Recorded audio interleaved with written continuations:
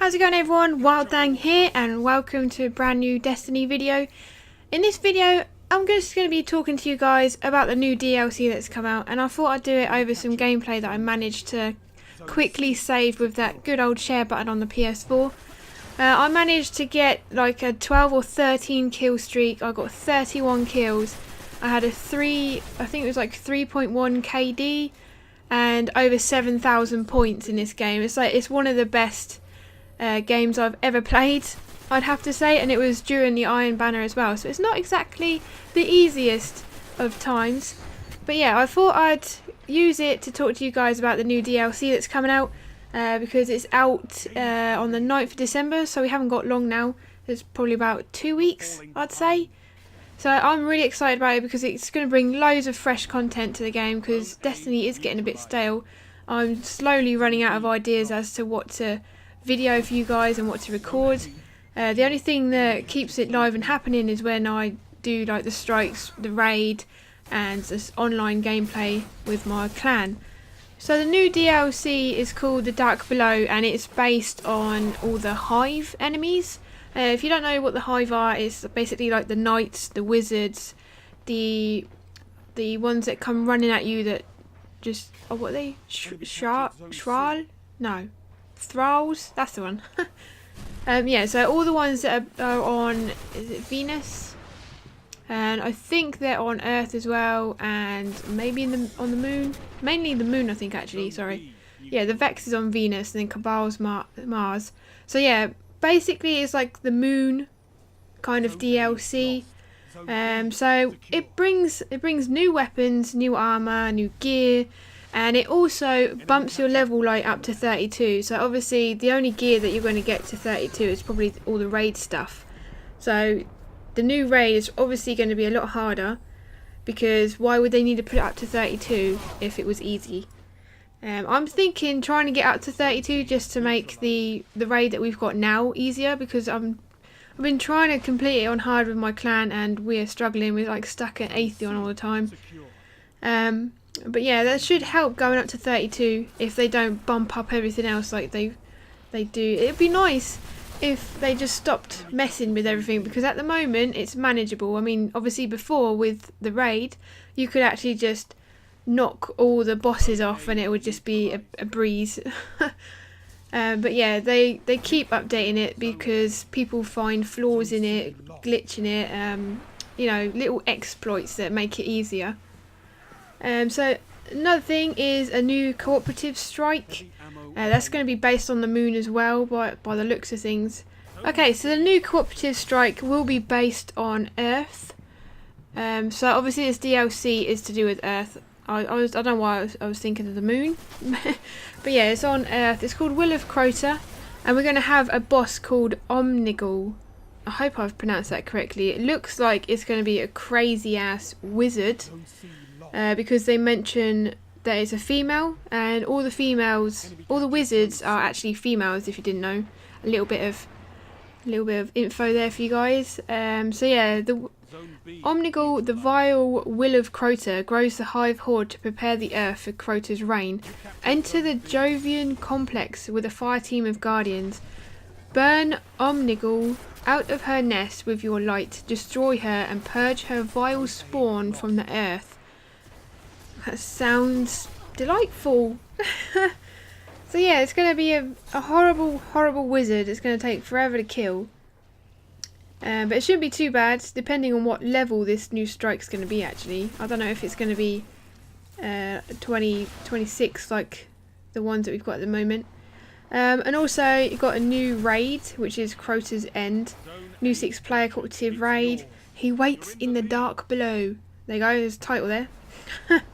There's not too much information on that. I've not really seen anything about the raid. I don't know if it's going to be harder. Obviously no one knows, but there's a ton more gear and weapons that are included in this DLC, and if you check out Bungie's website you'll see an image, well, little tiny thumbnails of all the gear, but it doesn't show everything.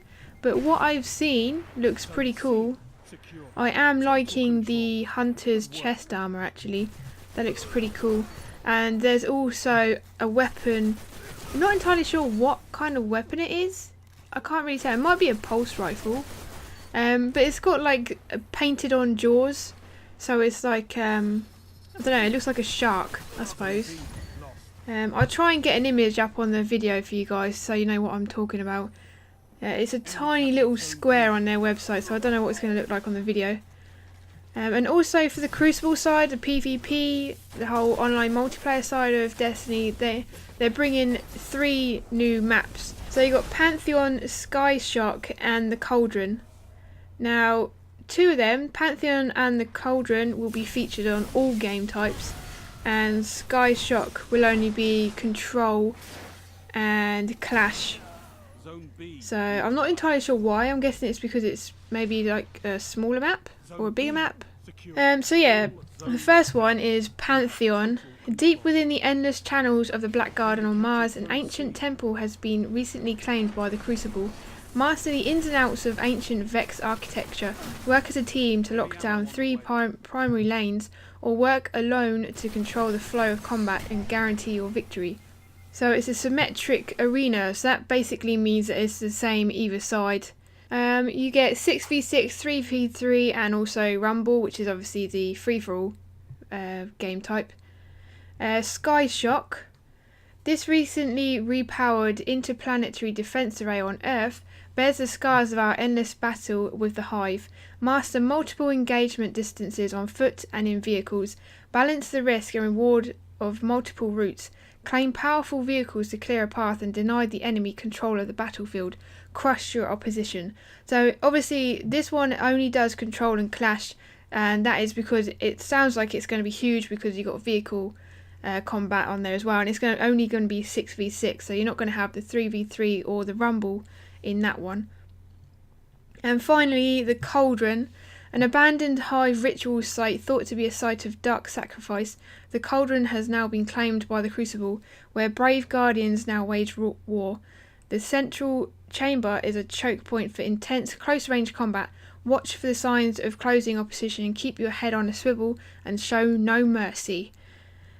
Oh, that sounds pretty cool. They're all, by the looks of it, well, one's on Venus, but channels of the Black Garden on Mars.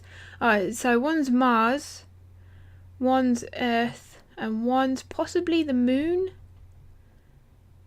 That's what I'm getting from the imagery anyway on the Bungie site. But yeah, that's that's me going over the Dark Below DLC that comes out on the 9th of December. I have pre-ordered mine, and I also got that awesome Sparrow that we got the other day. I will do a video on that just to show you guys what it is. But yeah, my thoughts on the raid are we're blatantly going to have knights and wizards to contend with, which is going to be horrible.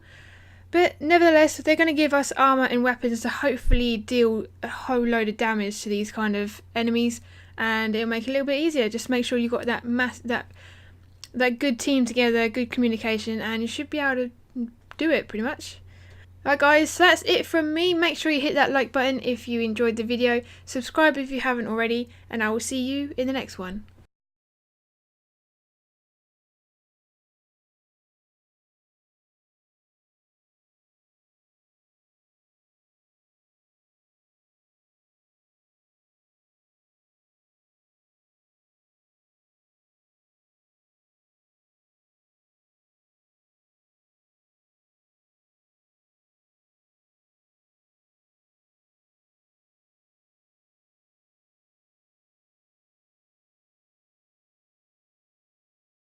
It's huge.